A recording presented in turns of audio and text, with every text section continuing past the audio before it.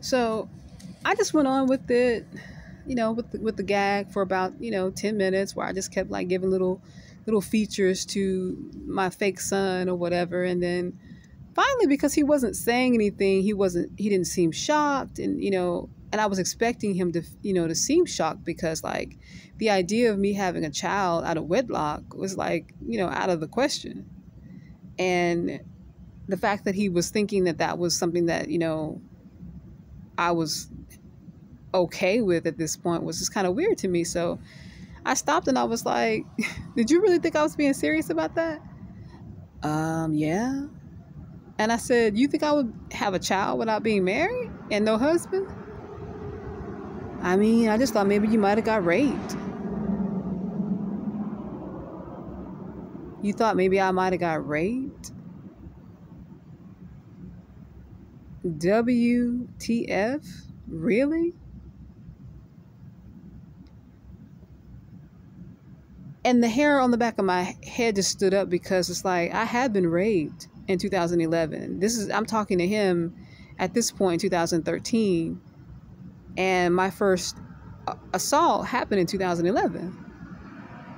So I'm just like, and I always suspected him.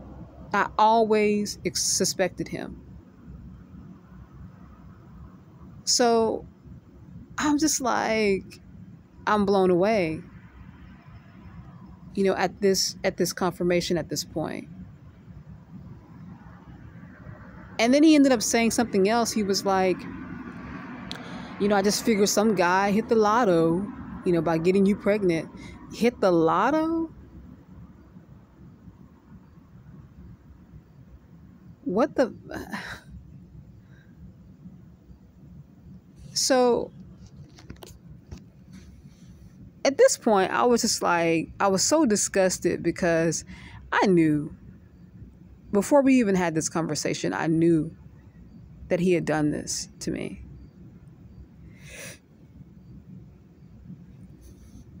So there was a huge part of me that, went further with, us quote unquote rekindling things, because I wanted to find out more information about this and confirm it, so that I can try to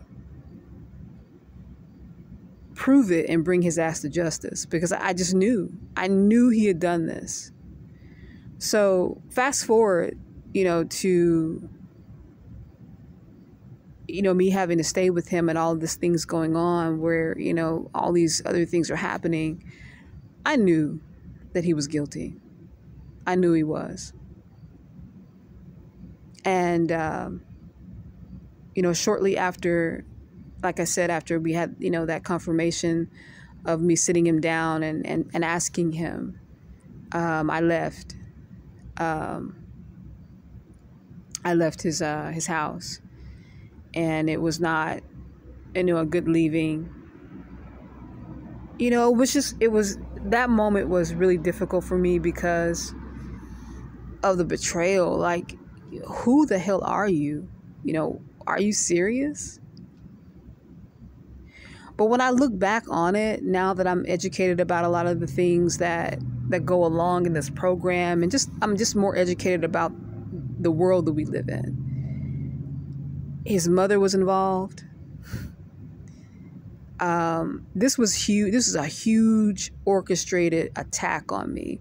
If you guys know anything about the Kanika Jenkins story, and the way she was gang stalked, and how she was ganged upon the night she was murdered, how everybody in that hotel room and around her was involved, and she was the only one that knew she wasn't that didn't know she was going to die that night. That's how it was for me. Everybody that I was dealing with, that I was around, was involved in my gang stalking. Everybody. Everybody knew that they were getting ready to traffic me. Everybody knew. They waited till my mother to die. She passed away in 2011. She was murdered.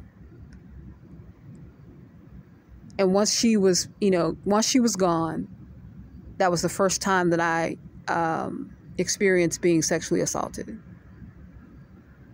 They knew. They were talking about it when she was in the hospital. They were, just kept talking about prostitution and, shit like that. And this is something that, my family members have never had these kind of conversations. There's certain things you talk about and certain things you don't talk about. And or certain things you're used to hearing, conversations you're used to having with, your friends and your family. And for some odd reason, everybody just kept talking about, with me personally, prostitution and, something in that category. And I just felt like, well, what the freak? Like, this is so weird. And it stood out to me because it was always geared toward me. But yeah, it was, I was closed in, and the only reason why I made it out of that and I didn't end up like Kaninka is because I was spared, from a spiritual standpoint. I was spared because I was closed in, and I'm most positively sure that they had plans on, taking me out. And they still do. And the point of me bringing this out, besides exposing these dogs for who they really are, is to warn you. Trust no one.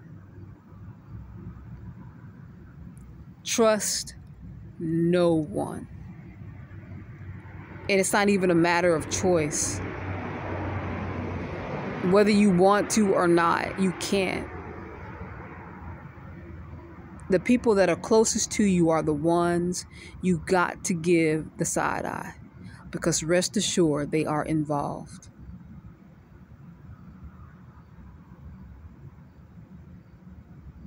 If you've been infiltrated enough to be put on the list and you are actually being gangstalked, trust and believe they have got your family members and everybody close to you that can be a witness or a help to you in their pocket.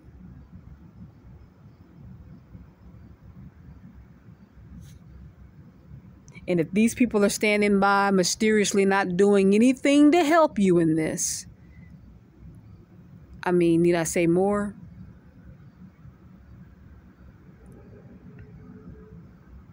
So,